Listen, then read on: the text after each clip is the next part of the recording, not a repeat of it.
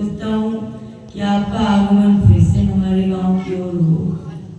तो बनते बनते ये बात बनी है, अचानक नहीं बनी है। भगवान ने सोचा ये कितना अच्छा सहयोग है, यहाँ भगवान की मूर्ति विराजमान हो और अमर अमर अमर गाथा का श्रवण हो और शिव संकल्पित होकर भारत माता की जय। हम भावी भारत के कर्णधार, हम अपने आप की प्रस्तुति इस तरह रखेंगे कि धन्यो माता पिता धन्य, धन्यो वंश कुलम तदा, धन्याश्च वसुधा देवी, गुरु भक्तस्त तुल्य।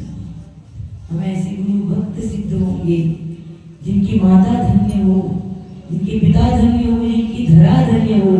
हमारा यह गोंदेखारी गांव कितना छोटा सा गांव, पर कितने अच्छे लोग हम, और कितनी अच्छी हमारी मानो सात्विक भावना, जिसमें आज भगवान विराजमान हो गए।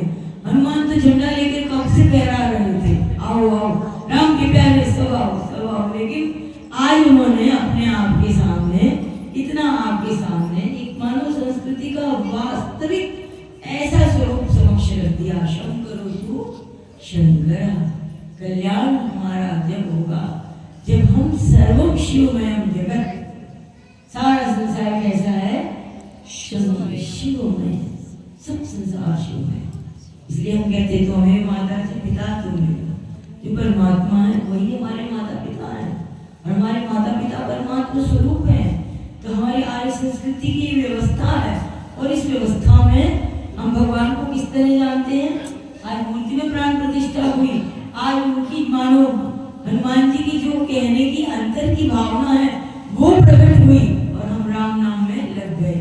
हमारा सारा देश, हमारा सारा ब्रह्मांड इस समय एक ऐसे आत्मीय चिंतन में है जिसमें हमारी संस्कृति की वो सेवा हो जाए जिससे हमारा जीवन धन्य हो जाए। हमें कुछ कम भी पड़ रहा हो तो हम उसको परमात्मा के समक्ष प्रकट कर सके। काम को तो क्यों तरसाओ, अंतर्यामी, प्रभु तो अंतर्यामी है, वो अपने आप में एक प्रधानमंत्री सोचते हैं ये भी वस्तु मेरे भारत को मिल जाए, ये भी मिल जाए, ऐसी योजना परमात्मा की है, और परमात्मा ही अपने सभी साधकों के लिए वो सब व्यवस्था बना के बैठता है। परंतु मिलता कहाँ कैसे है, कब अपने अपने सकल पदार्थ है जग माही, कर्महीन नर पावत नाही।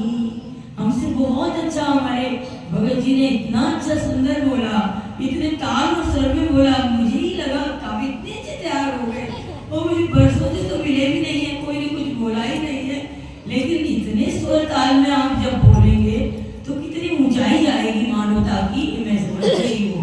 और बहुत शाश्वती पूर्वक ये समझाना भी चाहती हूँ अपने आप को भी कि जो बीज आपने बोए थे वो अभी बहुत अच्छे से पुष्पित फलित और मानवता की सेवा में समर्पित हो रहे हैं। और ये कितनी अच्छी बात है कि हमारा समाज इस तरह उत्थान पा रहा है, और भगवान के प्रति उसकी भावना वो वही है जैसी होनी चाहिए। कैसी, तो हमारे का स्तोम सोम स्तोमसि पवन स्तोम भूतव त्वमाप स्तोम व्योम त्वम धरनीरात्मा त्वमिति च। मैं इन श्लोकों को स्मरण इसलिए किया कि वो दिव्य भव्य और अनंत ब्रह्मांड में समाये हुए विकामा ठाव नहीं, उस शिव शंकर को हम समर्पित हैं, उसको हम अपना समझते हैं। हमारी संस्कृति में कहीं किसी तरह का भी मानो दुराव नहीं है, बचाव नहीं है, कुछ भी बचा नहीं। जब आर्य संस्कृति प्रकाशित हो गई तो कहने के लायक और करने के योग्य कोई मानो बचा ही नहीं। इतना सुंदर आपका मानो चिंतन होना चाहिए कि प्रभु आप ही चंद्रमा हैं, आप ही सूरज हैं, आप ही अग्नि हैं, और आप ही धरती हैं, और आप ही आकाश हैं, आप ही वाणी है, वायु हैं, और आप ही जल रूप में सागर से उठा बादल बनकर। तो इस तरह की हमारे ब्रह्मांड में जो आवश्यक और सुंदर परिस्थिति है या तत्वों की जो स्थिति है वो परमात्मा का ही स्वरूप है। अब हम कहाँ ढूंढे भगवान को, तो सब जगह दिखाई दे रहे हैं। हमारी तो यात्रा ही पूरी हो गई, हमारी तो खोज ही पूरी हो गई। ऐसा हमारा सुंदर मानो क्या होना चाहिए, चिंतन होना चाहिए, भाव होना चाहिए। और इतना ही मैं संक्षेप करते हुए अपनी वाणी को विराम देती हूँ।